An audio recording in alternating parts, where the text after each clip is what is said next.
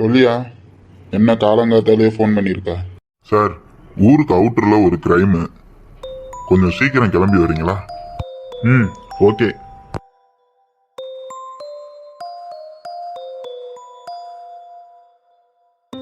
அந்த dead body பக்கத்துல ஒரு கார் டயர் பிரிண்ட் இருக்கு, அது என்ன கார்னு பாருங்க உடனே. எஸ் சார், பாக்குறோம் சார். ஃபிங்கர் பிரிண்ட் எடுத்தாச்சா? இப்பதான் சார் அந்த ஆளுகள் எல்லாம் வந்துகிட்டு இருக்காங்க. மோப்பனா எது வரை தேடிச்சு?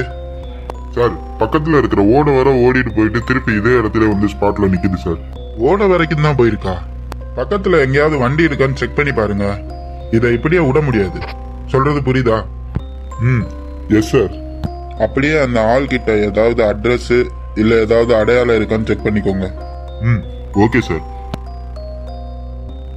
யோ, ஏற்கனவே 5 கொலை எப்படி நடந்ததோ அதே மாதிரிதான் இந்த கொலையும் நடந்திருக்கு.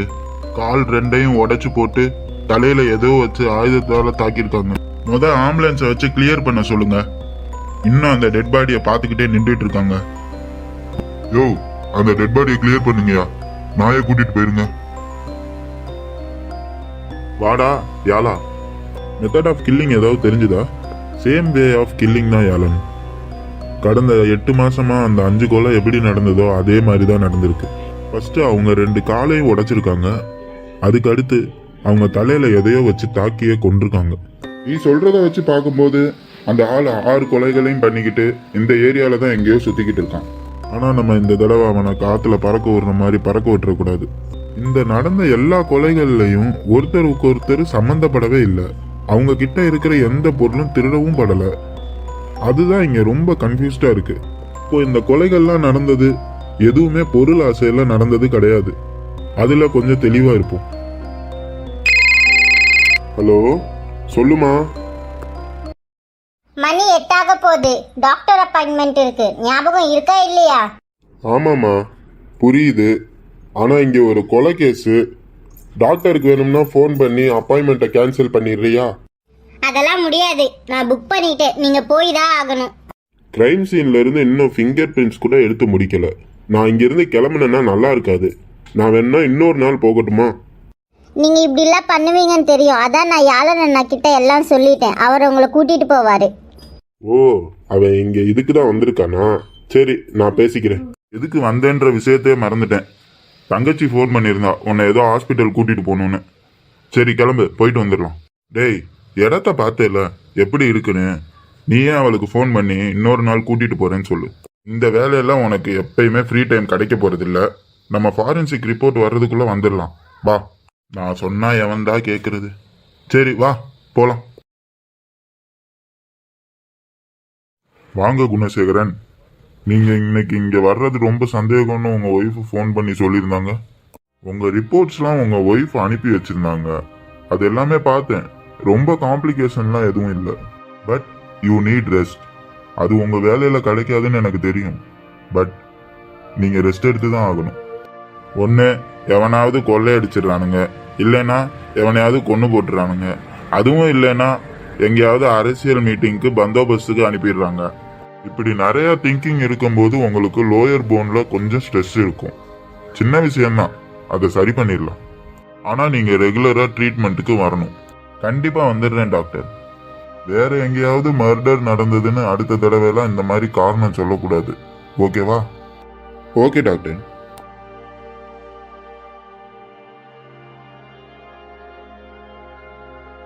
சார், ஃபாரன்சிக் ரிப்போர்ட் வந்திருக்கு சார். அங்க நிக்கிற ஆள் யாரியா? சார், 3 நாளைக்கு முன்னாடி அந்த இறந்து போற ஆளை ஒரு கார் வந்து இடிக்க வந்திருக்கு. அதை இந்த டீ கடைக்காரர் தான் பார்த்து நம்மளுக்கு சொன்னாரு. அதனாலதான் சார் நான் அவரை கையோட ஸ்டேஷனுக்கு கூட்டிட்டு வந்துட்டேன். குணா, அந்த ரிப்போர்ட் ஃபைல் இங்க கொஞ்சம் கொடு.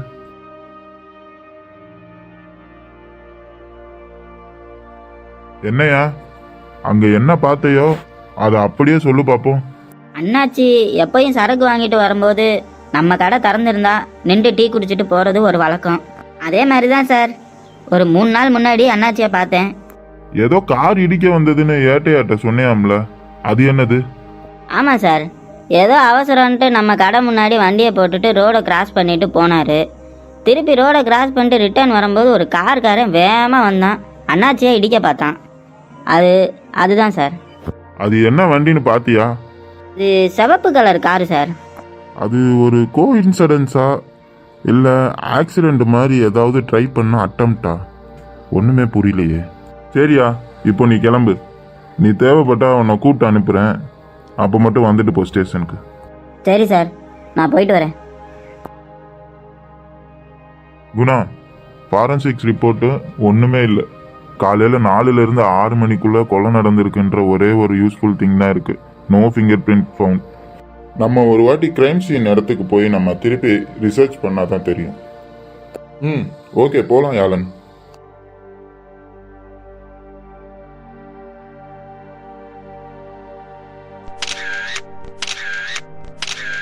Hello sir. ஹலோ, நீங்க ஏன் இந்த இடத்த போட்டோ எடுத்துட்டு இருக்கீங்க? ஹலோ இன்ஸ்பெக்டர், நான் ஒரு டாக்டர். சரிங்க, இது ஒரு கிரைம் சீனு. நீங்க பாட்டு உள்ள வந்து கலைச்சிட்டு இருக்கீங்க. நோனோ, நான் எதுவும் கலைக்கல. காலையில இந்த மர்டரை நானும் பார்த்தேன். ஒரு சில ஐடியாஸ் இருந்தது, அதனால தான் நான் திரும்பி வந்து போட்டோ எடுத்துட்டு இருக்கேன். என்ன ஐடியா? ஆக்சுவலா இந்த மாதிரி பேட்டர்னை நான் ரிசர்ச் பண்ணியிருக்கேன். என்ன, கொலையவா? இல்லை இல்லை, ஆக்சுவலி நீங்கள் தப்பாக புரிஞ்சுக்கிட்டு இருக்கீங்க. ஆக்சுவலி ஐ ஆம் அ வெட்டினரி டாக்டர். இந்த மிருகங்களோட சுபாவங்களை தெரிஞ்சுக்கிறதுக்காண்ட நான் ஒரு ரிசர்ச் பண்ணிட்டு இருக்கோம். அதில் விலங்குகள் பல சமயங்களில் ஒரே ஸ்டைலில் தான் வேட்டையாடுன்றது தான் அந்த ரிசர்ச்சோட முடிவு. ஃபார் எக்ஸாம்பிள் பார்த்தீங்கன்னா, புலி அதோட கால் ஸ்ட்ரென்த்தை தான் நம்பி இருக்கும், ஸோ அடித்து தான் வேட்டையாடும். சிறுத்தை எப்போவுமே கழுத்தை தான் ஃபோக்கஸ் பண்ணி கடிக்கும்.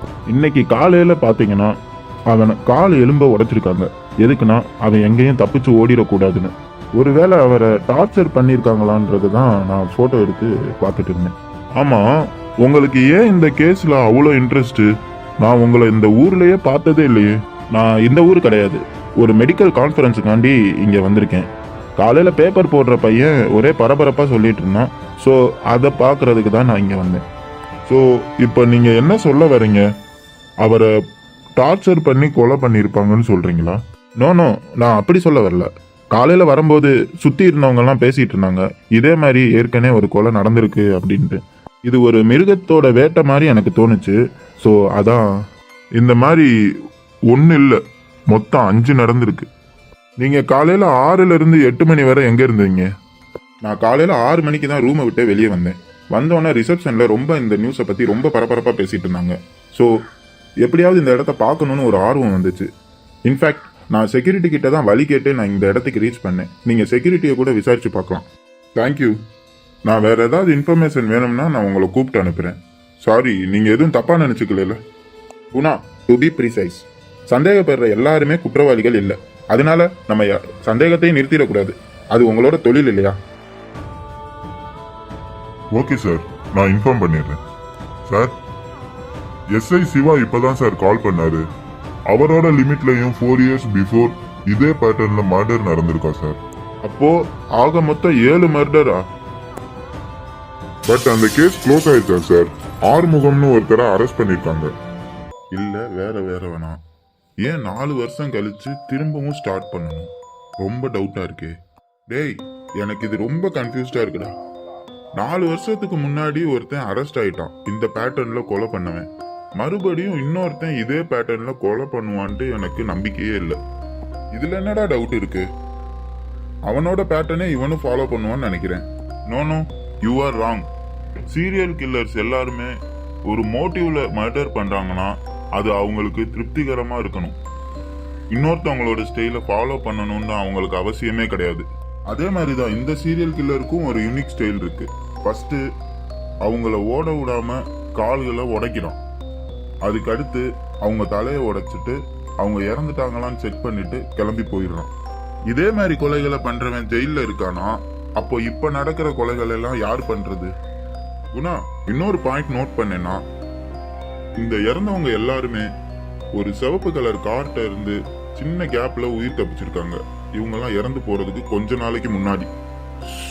எப்பா, எந்த சைடு யோசிச்சாலும் நம்மளுக்கு பதில் கிடைக்க மாட்டேங்குது. சார், ஸ்டேஷனுக்கு என்ன வர சொல்லியிருந்தாங்க, நான் யாரை பார்க்கணும்? ராகுல கார் இடிக்க வந்ததா ஸ்டேட்மெண்ட்ல கொடுத்துருந்தீங்களா? அது என்ன காரு, என்ன மேக்குன்னு ஏதாவது ஐடியா இருக்கா? இல்லை சார், அவன் தப்பிச்சிட்டானான்னு அவனை கிட்ட போய் பார்க்க போயிருந்தோம். அந்த பதட்டத்தில் நாங்கள் யாரும் அந்த காரை கவனிக்கலை சார். ஃப்ரெண்ட்ஸில் யாராவது கவனிச்சிருப்பாங்களா? இல்லை சார், யாரும் கவனிக்கல. நீங்கள் விசாரிக்கும் போதே நான் அதை தான் சொன்னேன். ராகுலும் அடுத்து ஏதாவது உங்கள்கிட்ட அதை பற்றி பேசினேன்னா?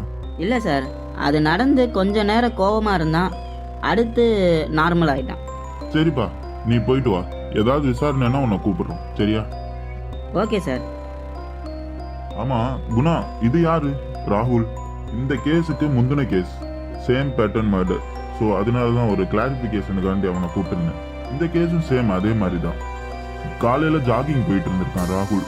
யதார்த்தமா அந்த ரோடை கிராஸ் பண்ண போகும்போது ஒரு கார் இவனை இடிக்கிற மாதிரி வந்துட்டு போயிருக்கு. ராகுல் பையனும் அந்த கார்காரனும் மாற்றி மாற்றி திட்டிக்கிட்டு இருந்திருக்கானுங்க. இதை எப்படி இவனுங்க நல்லா ஞாபகம் வச்சிருக்கானா? அந்த ராகுல்ன்ற பையன் கோபமே படமாட்டானா. அன்னைக்கு தான் அவன் கோவப்பட்டு எல்லாரும் பார்த்துருக்காங்க. அதனால தான் இந்த கேஸில் அந்த ஏதோ ஒரு ஸ்டேட்மெண்ட்டாக எடுத்திருக்கோம். யோ ஏட்டு, இதே பேட்டர்னை கொலை பண்ணவனை ஜெயிலில் போட்டிருக்காங்களே, அவன் பேர் கூட ஆறுமுகம். அவனோட கேஸ் எல்லாம் பார்த்தியா? ஏதாவது லீடு கிடைச்சிச்சா? சார், எனக்கு என்னமோ அந்த கொலைகள் எல்லாம் அந்த ஆள் தான் பண்ணியிருப்பான்ட்டு எனக்கு தோணலை சார். ஆறுமுகன்றவன் ஒரு சின்ன லெவல் திருடன் தான் சார். அவன் ரொம்ப சின்ன சின்ன திருட்டு தான் பண்ணியிருக்கான். பீரோ புள்ளிங்க, அதுவும் இல்லாம ஏதாவது ஒரு வீட்டுக்குள்ள போனாலும் ஆயுதத்தை யூஸ் பண்ணதில்ல, யாரையும் காயப்படுத்தினது கூட இல்லை.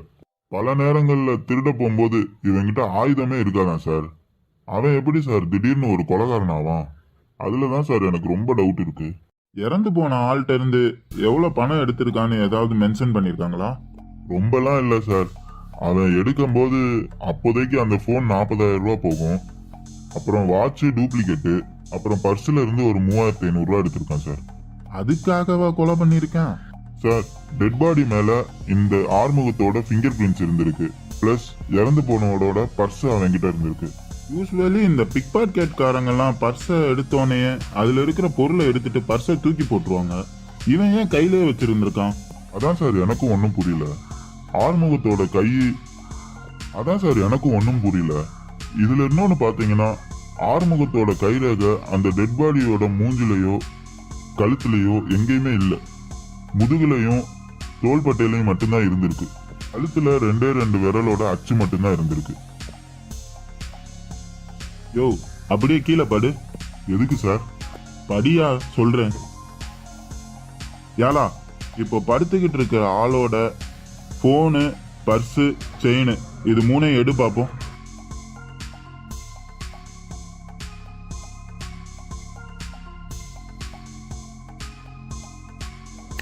எஸ், என்னோட கணிப்பு கரெக்ட் தான். பர்ஸ் எடுக்கும்போது அந்த பாடியோட முதுகுல கை வச்சு பாடியை திருப்பினேன்.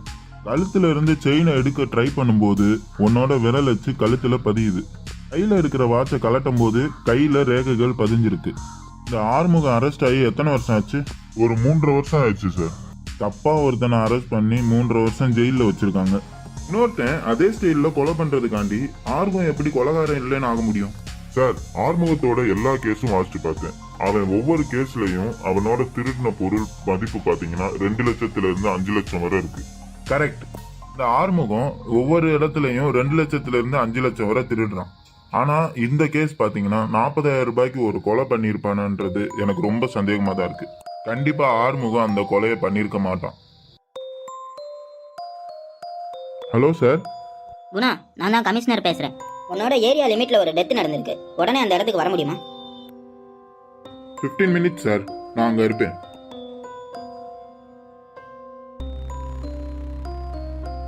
சார், நீங்க எப்படி சார் அதுக்குள்ள இங்க வந்தீங்க? செத்தவனுக்கும் எம்பிக்கும் ஏதோ ரிலேஷன் போல, அதனால தான் எனக்கு ஒரே ப்ரெஷர். நீ இனிமேல் இந்த கேஸை டேக் ஓவர் பண்ணிக்கோ. Okay sir.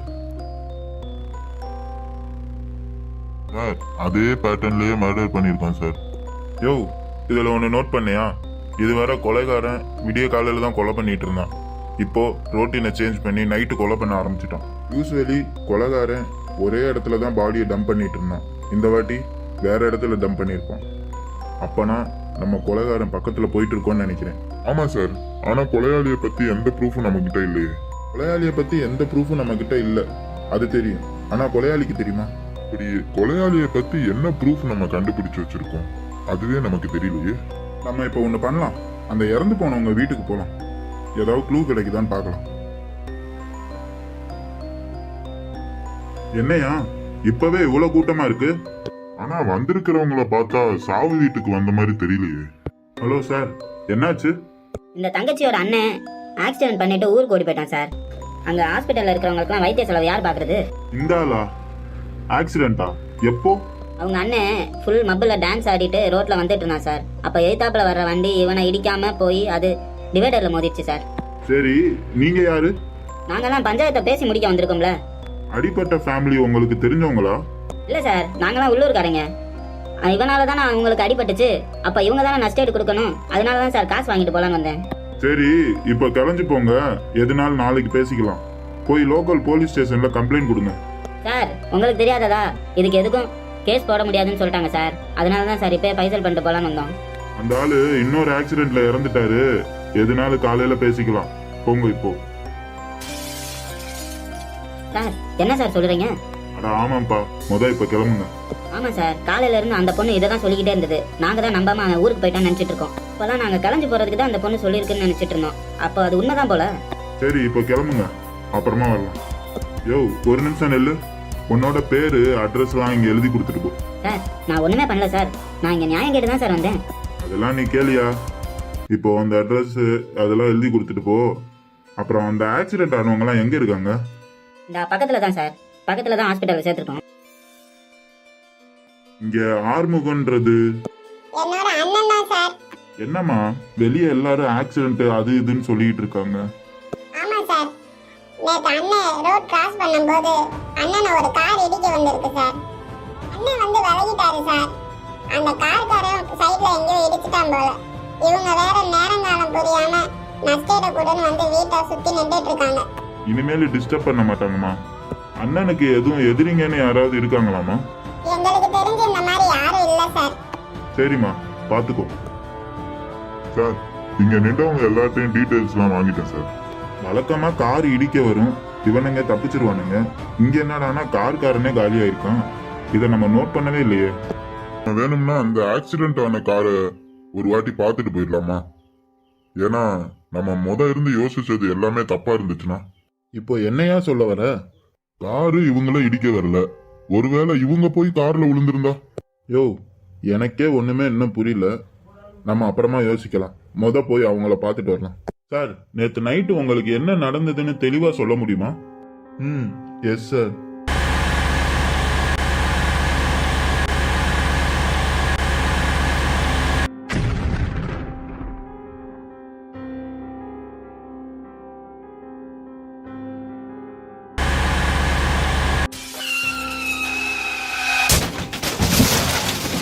நேத்து உங்க காருக்கு நடுவுல வந்தவன் இப்ப உயிரோட இல்ல. அது தெரியுமா உங்களுக்கு? சார், அவெல்லாம் நேத்தே என் கார்ல அடிபட்டு செத்துருக்க வேண்டிய ஆள் தான் சார். அவனை இடிக்க கூடாதுன்னு நினைச்சு இங்க பாருங்க, நாங்க குடும்பத்தோட ஹாஸ்பிட்டல்ல இருக்கோம். ஓகே சார், ஹெல்த்தை பாத்துக்கோங்க. ஏதாவது உங்கள்ட்ட டவுட் இருந்தா நாங்க வந்து கேக்குறோம். இவ்வளவு நாள் இறந்தவங்க எல்லாருமே ஆக்சிடென்ட்ல இருந்து தப்பிச்சிருக்காங்கன்னு பார்த்தா, இந்த 6 பேரு இறக்குறதுக்கு முன்னாடி ஆல்மோஸ்ட் ஒரு ஆக்சிடென்ட்ட பண்ணிருக்காங்க. சார், இவ்வளவு நாள் நம்மளுக்கு மிஸ் ஆனது இந்த கார் ஓட்டுனவங்க என்ன நினைச்சாங்கன்றது தான். நம்ம தப்பிச்ச ஆள்கிட்ட தான் இவ்வளவு நாள் விசாரணை பண்ணோம். இப்பதான் ஃபர்ஸ்ட் டைம் பண்ணவங்க கிட்ட கேட்டிருக்கோம். அவங்க என்னமோ தப்பிச்சிடுறாங்க. புரியுதியா? ஆனா இதனால ஒரு விஷயம் இருக்கு. நான் சொல்றதை கேக்குறீங்களா சார்? எனக்கும் ஒன்னு தோணுது. நீ சொல்லு. இந்த மர்டர்ஸ்லாம் நடந்த அன்னைக்கு ஆக்சிடென்ட்னு பக்கத்துல இருக்கிற ஹாஸ்பிட்டல்ல எல்லாம் யாராவது அட்மிட் ஆயிருக்காங்களான்னு கேட்கலாம். ஒரே விஷயத்த சுத்தி சுத்தி யோசிச்சா இப்படிதான் ஆகும். அதான் ஆக்சிடென்ட்ல இருந்து தப்பிச்சிட்டாங்கல்ல, காரும் போயிருச்சுல. இப்போ நான் சொல்றது கரெக்டான யோசி. நம்ம மர்டர் நடந்த ஸ்பாட்ல இருக்கிற போட்டோஸ் எல்லாம் செக் பண்ணுவோம். ஏன் வேற வேற இடத்துக்காரங்கள ஒரே இடத்துல வச்சு அவங்க கொலை பண்றாங்கன்ட்டு. அதுவும் கரெக்ட் தான் சார். ஏன் கிரைம் சீனை ஒரே ஏரியாலே வச்சிருக்காங்க, அதுவும் சுத்தி சுத்தி அதே லொகேஷன்ல? நம்ம அந்த மர்டர் நடந்த ஏரியாலையும் நம்மளுக்கு எந்த மார்க்கும் இல்லை. ஒரே ஒரு மார்க் தான், அதுவும் அவங்களோட கார் டயர். அதுவும் பக்கத்துல இருக்கிற ஓடையோட போய் நின்றுது. சார், காருன்னு எப்படி சார் முடிவு பண்ண முடியும்? நீயே யோசிச்சு பாரு. மர்டர் நடந்த எல்லாருமே பார்த்தீங்கன்னா ஒரு 70 to 90 கிலோ இருப்பாங்க. அவங்கள எப்படினாலும் தூக்கிட்டும் வர முடியாது. ஏதாவது கார்ல வச்சு தானே அவங்க டிஸ்போஸ் பண்ண முடியும். அப்போ கொலைகாரன் ஒரு ஆம்பளையா தான் இருக்கணும். ஏன் சொல்ற? இவ்வளவு வெயிட்ட தூக்கணுன்றதுக்காண்டியா? இல்ல சார், இவ்வளவு கொடூரமா கொலை பண்றான்ல, அதுக்காண்டி சொன்னேன். ஆனா மர்டர் நடந்த ஸ்பாட்டு கரெக்டா சர்வீஸ் ரோட்ல இருந்து பக்கத்திலேயே தான் இருக்கு. கண்டிப்பா கார்ல வந்துட்டு போக முடியும். அதுவும் அந்த கார் வந்து டயர் பாத்தீங்கன்னா ஒரு ஓடையோட நின்றுட்டு போயிருது. யோசிச்சா தான் முடியும்னு நினைக்கிறேன். சார், அது ஒரு காமனான இடம்னா யாராவது மனுஷங்க நடந்து போற ஒரு கால் தடமாவது இருக்கணும்ல. ஆனா எதுவுமே இல்லாம எப்படி சார்? இங்க பாரு, கிரைமோட ஸ்பாட்ல எடுக்கப்பட்ட போட்டோ. சார், அந்த இடத்துல மண்ணு கொஞ்சம் கொட்டி கிடக்கு, அதை கவனிச்சோமா? ஆமா, மண்ணுல கொஞ்சம் கோடு கோடா தெரியுது. அந்த இடமா? ஆமா சார், கார்பரேஷன்ல எல்லாம் கொடுப்பாங்களே அந்த ஒரு விளக்கமாறு, அதை வச்சு யாரோ கூட்டின மாதிரி இருக்கு. ஆமாயா, இந்த இடத்த யாரையா க்ளீன் பண்றா? ஆமாயா, எல்லா கேஸ்லயும் பாடி இருக்குன்னு ஃபோன் பண்றது யாரு? சார், அது வந்து கண்ட்ரோல் ரூமுக்கு தான் சார் எல்லாருமே கால் பண்ணியிருக்கோம். சூப்பரியா, அப்பனா கேஸ் முடிஞ்ச மாதிரி தான். இந்த ஏரியா ஃபுல்லா கூட்டுறதுக்கு நீ தானே இன்சார்ஜ்? ஆமாங்க ஐயா. உங்க கூட எத்தனை பேர் வேலை பார்க்குறாங்களோ அவங்களோட மொபைல் நம்பர் எல்லாமே எனக்கு வேணும். உடனே அதை எனக்கு அனுப்பிவிடு. சரிங்கய்யா, அந்த மாதிரியே பண்ணிடலாம். எதுக்கு சார் எல்லாரோட மொபைல் நம்பரும்? யோ, எல்லா கொலையும் காலையில 5ல இருந்து 6:30 தான் நடந்திருக்கு.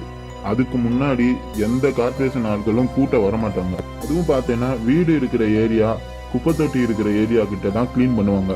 இந்த மாதிரி சர்வீஸ் ரோட்லயோ காலி இடங்கள்லயோ க்ளீன் பண்ண மாட்டாங்க. அதுவும் பார்த்தேன்னா அந்த போட்டோ எடுக்கப்பட்ட டைம் 5:48க்கு.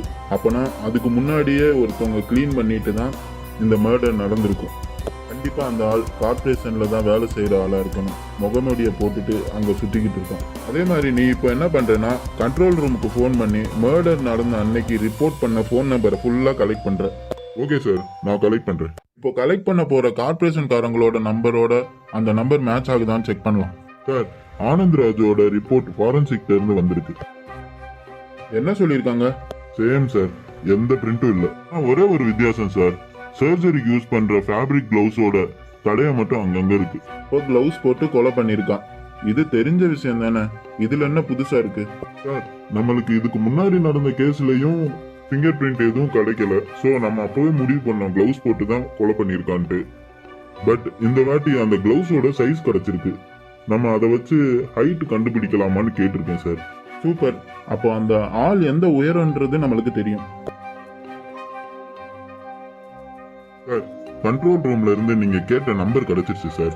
எல்லாமே ஒரே நம்பர்ல இருந்து தான் வந்திருக்கு. சூப்பர். என்ன நம்பர் அது? 044. மொபைல் இல்லையா? லேண்ட்லைன் நம்பரா என்ன? என்னையா இது, லேண்ட்லைன் நம்பரை வச்சு என்னத்தை கண்டுபிடிக்க? இதுல இன்னொரு குட் நியூஸும் இருக்கு. சிம் கார்டுனா கூட அவன் பேசி முடிச்சுட்டு தூக்கி போட்டு போயிடுவான், நம்மளால ட்ரேஸ் பண்ண முடியாது. இது கண்டிப்பா லேண்ட்லைன்னால நம்ம கண்டுபிடிக்க வாய்ப்பு இருக்கு. சரி, ஓகே. இது இந்த நம்பர் எந்த லொகேஷன்ல இருக்குன்னு நான் ட்ரேஸ் பண்ண சொல்றேன். சார், இது கண்டிப்பா பப்ளிக் பூத்தா தான் இருக்கும். ஆமா, எவனாவது கொலை பண்ணிட்டு அவன் வீட்டு லேண்ட்லைன்ல இருந்து கூப்பிடுவானா? யோ, கரெக்டா மர்டர் நடந்த இடத்துல இருந்து 1 கிலோமீட்டர்ல இருக்கியா? நேரா மர்டர் பண்ணிட்டு இங்க வந்து கால் பண்ணிட்டு போவான்னு நினைக்கிறேன். ஆமா சார், எனக்கும் அதான் ஷாக்கிங்கா இருக்கு. அவனோட ரெக்கார்டிங் வாய்ஸ் வாங்கிட்டியா கண்ட்ரோல் ரூம்ல இருந்து? அதை போட்டு காமி. எஸ் சார், நான் வாங்கிட்டேன். ஹலோ, இங்கே பார்த்தீங்கன்னா சர்வீஸ் ரோட்ல இருந்து ஒரு 50 மீட்டரில் ஒரு டெட் பாடி கிடக்கு. வந்து பார்க்குறீங்களா? யோ, ஒரு கொலை நடந்திருக்கு, ஒரு பதட்டம் கூட இல்லை, கூலா சொல்றான். கண்டிப்பா அவன் ஒரு ஆம்பளை தான். 50ல இருந்து 70 வயசு இருக்குன்னு நினைக்கிறேன். பயங்கர காமன் கம்போசரா இருக்கான் சார். அதனாலதான் அவன் இந்த 7 கொலையும் எந்த தடையும் இல்லாம பண்ணியிருக்கான். ஆனா நான் நினைச்சது என்னன்னா சார், இந்த கொலைகாரனுக்கு ஒரு 30ல இருந்து 35 வயசு தான் இருக்குன்னு நினைச்சேன். ஏன்னா அப்பதானே ஒரு ஆளு கொலை பண்ணிட்டு எல்லா தடயத்தையும் அழிச்சிட்டு போக முடியும். எப்படியோயா, என்ன வயசா இருந்தா என்ன, நம்ம கொலைகாரனை திட்டத்திட்ட நெருங்கிட்டோம்னு நினைக்கிறேன். என்னோட பிரச்சனை அதுவே இல்லை. இப்போ கொலை பண்ண போறதா இருந்தா அந்த இடத்துக்கு வந்துட்டு நம்மளுக்கு கால் பண்ண தான் போறோம். ஆனா நம்ம அந்த கொலையை எப்படி தடுக்க போறோம், அதுதான் எனக்கு புரியல. இதுல 2 விஷயம் நம்ம நோட் பண்ணலாம் சார்.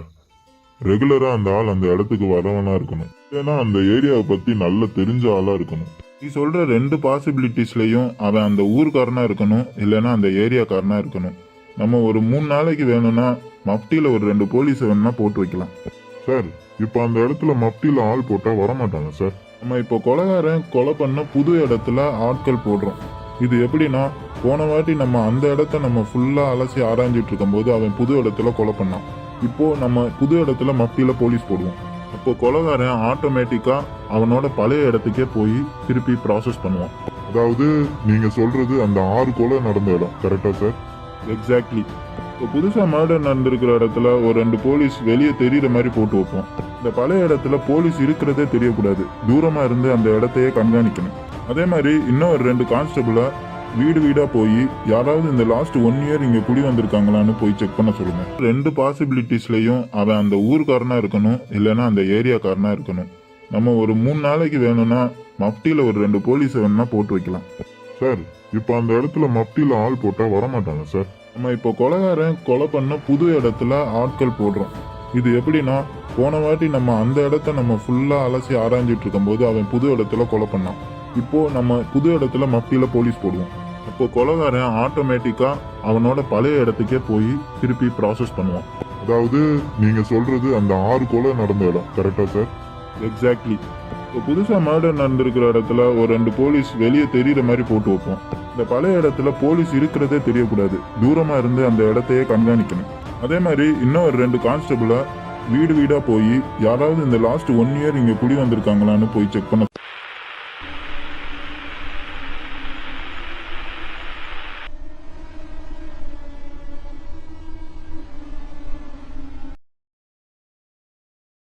உங்களுக்கு எத்தனை மணிக்கு அப்பாயின்மெண்ட்?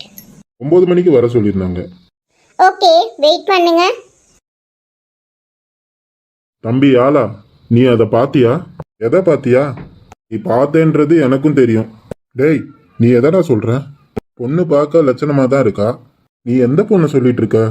நீ இந்த காக்கி யூனிஃபார்மை பார்த்து பார்த்து பொண்ணு எது பையன் எதுன்னு வித்தியாசம் தெரியாம இருக்கு. டேய், அதெல்லாம் ஒன்றும் இல்லடா, அதுவே சின்ன பிள்ளை. நான் இருக்கிற கெட்டப்பை பார்த்து என்னை குருன்னு பார்த்துருக்கோம். அப்படி பார்த்தா நானும் போலீஸ் யூனிஃபார்ம் போட்டு வேற மாதிரி தான் இருக்கேன். என்னெல்லாம் ஒன்றும் பார்க்கல. நீ சரியா அயர்ன் பண்ணாம வந்திருக்க, அதனால தான் உன்னை பார்க்கல. எக்ஸ்கியூஸ் மீ சார், உங்களை டாக்டர் உள்ள கூப்பிடுறாங்க. இப்பயும் நான் அவங்க கண்ணுக்கு தெரியவே இல்லை. எக்ஸ்கியூஸ் மீ, நான் தாங்க பேஷண்ட்டு. டேய், அசிங்கப்படுத்தாதடா, வாடா. Hello doctor. ஹாய் குணசேகரன், இப்போ எப்படி இருக்கு பேக் பெயின்லாம்? அதே மாதிரி பேடாக தான் டாக்டர் இருக்கு. உங்களோட ஸ்பைன் போன்ஸ்ல ஒரு கம்ப்ரஷன் இருக்கு. ரொம்ப பெரிய ப்ராப்ளம்லாம் இல்லை. இது மெடிடேஷன் எக்ஸசைஸ்ல சரி பண்ணிடலாம். சர்ஜரிலாம் ஒன்றும் இல்லைல்ல டாக்டர்? சேச்சா, சர்ஜரிலாம் ஒன்றும் கிடையாது. உங்க ஒய்ஃப் சரியான நேரத்துல தான் இங்க அனுப்பிச்சு விட்டுருக்காங்க. இன்னும் கொஞ்சம் விட்டுருந்தா அந்த கம்ப்ரஷன் நரம்புல பாதிச்சு அப்போதான் கொஞ்சம் சிவியரா இன்ஜூர்ட் ஆயிருக்கும். ஓகே டாக்டர், வேற எதுவும் பிரச்சனை எல்லாம் இல்லைல்ல? வாரத்துக்கு ஒரு வாட்டி வந்து பிசியோ அட்டன் பண்ற மாதிரி இருக்கும். புது கேஸ் வந்திருக்கு, பந்தோபஸ்துக்கு போகணும்னு தப்பிக்க பார்க்காதீங்க. சேச்சா, கண்டிப்பா வந்துடுறேன் டாக்டர். அந்த மாதிரிலாம் ஸ்கிப் பண்ண மாட்டேன். ஓகே குணசேகரன், அப்போ பார்க்கலாம். அப்புறம் டாக்டர், ஒரே ஒரு சின்னது, உங்க ஃபேமிலி எல்லாம் கார் ஆக்சிடென்ட்ல இறந்து போனதா என் ஒய்ஃப் சொன்னா. எதுக்கு வந்த கார் டிரைவர் மேல எதுவும் கேஸ் போடலையா? யார் மேலேயும் கேஸ் போடுறதுனால அவங்க திரும்ப வர போறது இல்லையே குணசேகரன். இங்க ஒரு கேஸ்ல ஆக்சிடென்ட் ஆனதுக்கே ஒரு ஒட்டுமொத்த குடும்பத்தை போட்டு பஞ்சாயத்து பண்ணிட்டு இருந்தானுங்க. உங்களுக்கு அவ்வளோ பெரிய லாஸ், ஆனாலும் நீங்க நார்மலா இருக்கீங்களே, அதான் கேட்டேன். சேச்சா, அப்படிலாம் ஒன்றும் இல்லை. அடுத்த ஒரு 2 வருஷம் கார்னால எனக்கு ரொம்ப பயமா தான் இருந்தது. அதனால என்ன பண்றது, ரிசப்ஷன்ல பாத்தீங்களே ஒரு பொண்ணு, அவளை நான் அடாப்ட் பண்ணியிருக்கேன். அவங்க பேர் மது. அப்புறம் வேற வேற ஊருக்கு ஷிஃப்ட் ஆனு. அப்புறம் லாஸ்ட் 2 வருஷமா இங்கே தான் இருக்கேன். இங்கே தான் கொஞ்சம் ஃப்ரீயா டென்ஷன் இல்லாம இருக்கேன். Okay okay doctor. நெக்ஸ்ட் மீட்டிங்ல பார்க்கலாம் குணசேகரன். டேய், ரிசப்ஷன்ல இருக்கிற பொண்ணு இவரோட பொண்ணு மாதிரியா? ஓகேனா சொல்லு, ஹாஸ்பிட்டலோட செட்டில் ஆயிடலாம். டேய், பேசாம வாடா.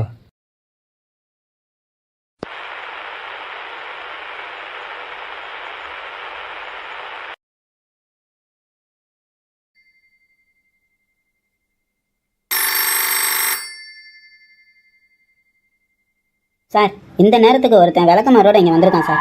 ஏய், மணி காலையில் 5:30 ஆகுது. கார்பரேஷன்காரனா இருப்பான் போல, ஒரு வாட்டி செக் பண்ணு. சார், கார்பரேஷன் யூனிஃபார்மும் இல்லை, அவன் கூடயும் யாரும் இல்லை சார். தனியாக தான் சார் வந்திருக்கான். யோ, நீ அவனை அங்கேயே பிடிச்சு வை, நாங்கள் இங்கே வந்துட்டே இருக்கோம்.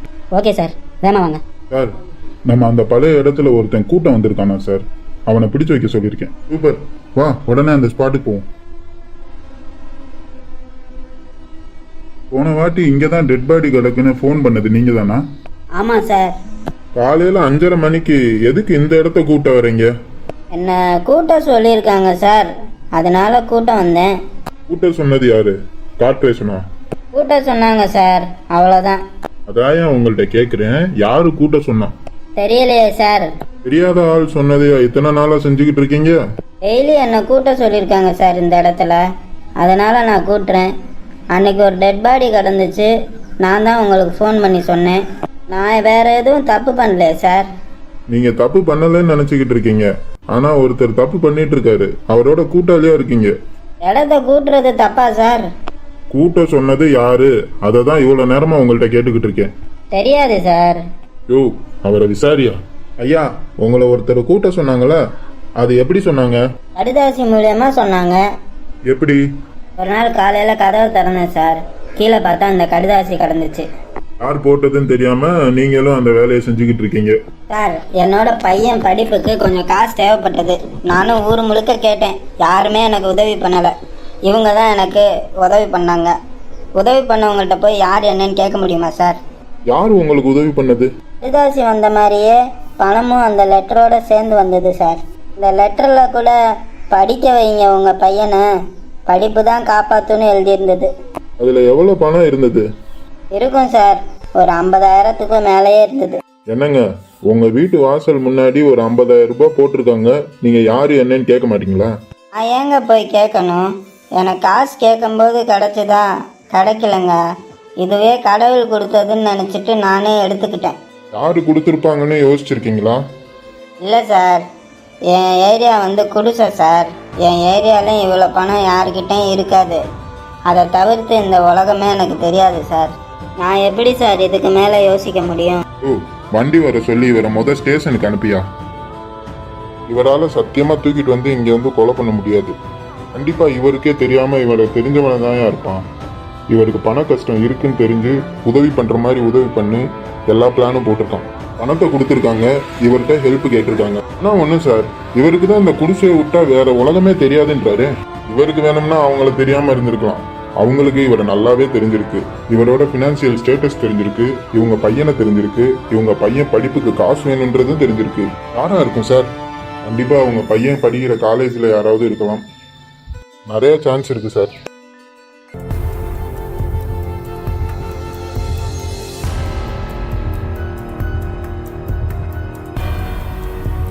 டேய், எனக்கு என்னமோ அந்த எக்கனாமிக்ஸ் வாத்தியார் மேலதான்டா ரொம்ப சந்தேகமா இருக்கு.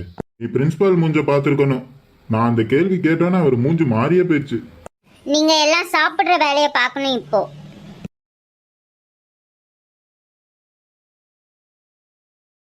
ஏன் மச்சான், போலீஸா இருந்தாலும் வீட்டுல பயந்து தானே ஆகணும். அண்ணா, இப்ப ஏதாச்சும் என்கிட்ட கேட்டீங்களா என்ன? அதெல்லாம் ஒண்ணும் இல்லம்மா. அம்மா, உங்ககிட்ட ஒன்னு சொல்லணும்னு நினைச்சேம்மா.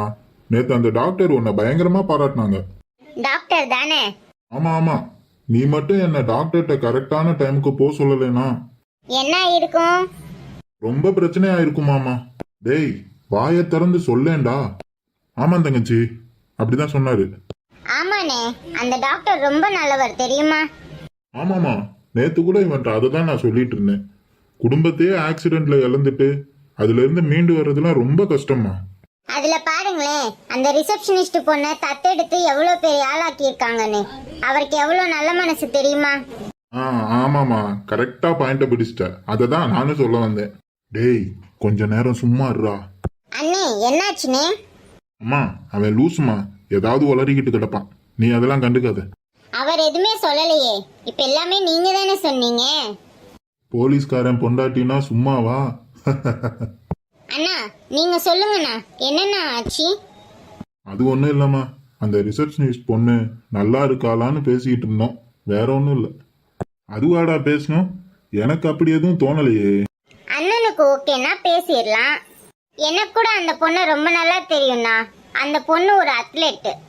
நேத்து கூட டாக்டர்கிட்ட இந்த டிஸ்கஷன் தான் ரொம்ப நேரம் போயிட்டு இருந்தது. எப்படி இந்த மாதிரி ஆக்சிடென்ட்ல இருந்து அவங்களால மீண்டு வர முடிஞ்சதுன்ட்டு. நான் கூட கேட்டேன்ப்பா, எய்தாப்புல கார் ஓட்டிட்டு வந்தாலும் அவன் மேல கீச போட்டிருக்கலாம்ல அப்படின்னு. எதிர்த்தாப்புல கார் ஓட்டிட்டு வந்தாங்களா? ஆமாமா, கார் ஆக்சிடென்ட் தானே சொன்னேன். அட ஆமாங்க, கார் ஆக்சிடென்ட் தான். ஆனா நீங்க நினைக்கிற மாதிரி காரும் இடிச்சுக்கல. அவர் டிரைவ் பண்ணும்போது யாரோ குறுக்க வந்துட்டாங்க போல. அவர் மேல இடிச்சிட கூடாதுன்ட்டு பக்கத்துல இருக்க பள்ளத்துல காரை விட்டுட்டாரு. என்னாச்சு? எதுக்கு எல்லாரும் ஒரே மாதிரி எக்ஸ்பிரஷன் கொடுக்குறீங்க? நான் கார் ஆக்சிடென்ட்னு சொன்னேன், அவங்க எதுவும் இந்த மாதிரி சொல்லல. ஆமாங்க, இதுவும் ஒரு வகையான கார் ஆக்சிடென்ட் தானே. நீங்க உடனே உங்க போலீஸ் புத்தியெல்லாம் இங்க காட்டாதீங்க. சேச்சா, நான் எதுவும் அப்படிலாம் காமிக்கல. இல்லடா? ஆமா ஆமா, சரி நம்ம கிளம்பலாமா? டாக்டர், வேற எங்கேயாவது மர்டர் நடந்ததுன்னு அடுத்த தடவை எல்லாம் இந்த மாதிரி காரணம் சொல்லக்கூடாது, ஓகேவா? Okay doctor. அவெல்லாம் நேத்தே என் கார்ல அடிபட்டு செத்துருக்க வேண்டிய ஆள் தான் சார். உங்க ஃபேமிலி எல்லாம் கார் ஆக்சிடென்ட்ல இறந்து போனதா என் ஒய்ஃப் சொன்னா. எதுக்கு வந்த கார் டிரைவர் மேல எதுவும் கேஸ் போடலையா? யார் மேலேயும் கேஸ் போடுறதுனால அவங்க திரும்ப வர போறது இல்லையே குணசேகரன். இங்க ஒரு கேஸ்ல ஏய், ஏன் இவ்வளவு நாள் நம்ம கொலையாளிய ஒரு ஆம்பளைன்னா நம்ம மைண்ட்ல வச்சிருந்தோம், பொண்ணா இருந்திருக்க கூடாதுன்னு நினைக்கிறியா? அந்த பொண்ணு அத்லெட்னு சொன்னனால தானே உனக்கு இப்படி தோணுச்சு. அது மட்டும் இல்ல, நீ ஆரம்பத்திலே என்கிட்ட சொன்னேல ஒரு க்ளூ கிடைச்சிச்சுன்னு, ரப்பர் கிளவுஸ். ஸோ அதனால அப்படி யோசிச்சேன். ரோட்ல ஒருத்தன் குறுக்க வந்திருக்கான், அதனால இந்த டாக்டரோட குடும்பத்தையே இவர் இழந்திருக்காரு. அதனால ரோட்ல யாரு குறுக்க வந்தாலும் கொல்ற அளவுக்கு இவ்வளவு மோசமா இருப்பாரான்னு யோசிச்சுட்டு இருக்கேன். டேய், டாக்டரோட வீடை ஒரு வாட்டி தரவா செக் பண்ணிடலாமா? அப்படியே அந்த பொண்ணையும் செக் பண்ணிட்டா போச்சு. எனக்கு தெரியும்டா நீ இந்த வார்த்தையை சொல்லுவேன்னு. பாத்தியா, கார் இருக்கு, அதுக்கு நம்பர் பிளேட்டே இல்ல. காரும் எப்பயாவது தான் எடுக்கிற மாதிரி தெரியுது. அப்படியே புதுசா தொடச்சு வச்சிருக்காங்க. சார், வீட்டுக்குள்ள ரத்த கரையோட ஒரு கால்ஃப் ஸ்டிக் கிடைச்சிச்சு சார். இந்த பிளட் சாம்பிளை எடுத்துட்டு போய் லாஸ்ட் மர்டர் ஆனவனோட போய் சாம்பிளையும் டெஸ்ட் பண்ணி பாருங்க. ரெண்டும் ஒத்து போச்சுன்னா கன்ஃபார்ம் இவங்க தான் கொலைகாரங்க. Okay sir.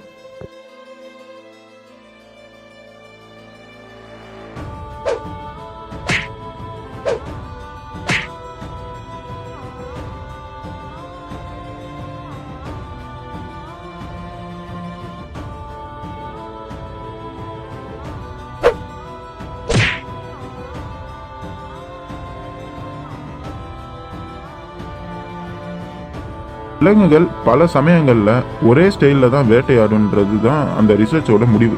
ஃபார் எக்ஸாம்பிள் பார்த்தீங்கன்னா, புலி அதோட கால் ஸ்ட்ரென்த்தை தான் நம்பி இருக்கும், ஸோ அடிச்சு தான் வேட்டையாடும். சிறுத்தை எப்பவுமே கழுத்தை தான் ஃபோக்கஸ் பண்ணி கடிக்கும். இன்னைக்கு காலையில் பார்த்தீங்கன்னா அவன் கால் எலும்பை உடைச்சிருக்காங்க. எதுக்குன்னா அவன் எங்கேயும் தப்பிச்சு ஓடிடக்கூடாதுன்னு. ஒருவேளை அவரை டு பி ப்ரிசைஸ் சந்தேகப்படுற எல்லாருமே குற்றவாளிகள் இல்லை. அதனால நம்ம சந்தேகத்தையும் நிறுத்திடக்கூடாது. அது உங்களோட தொழில் இல்லையா?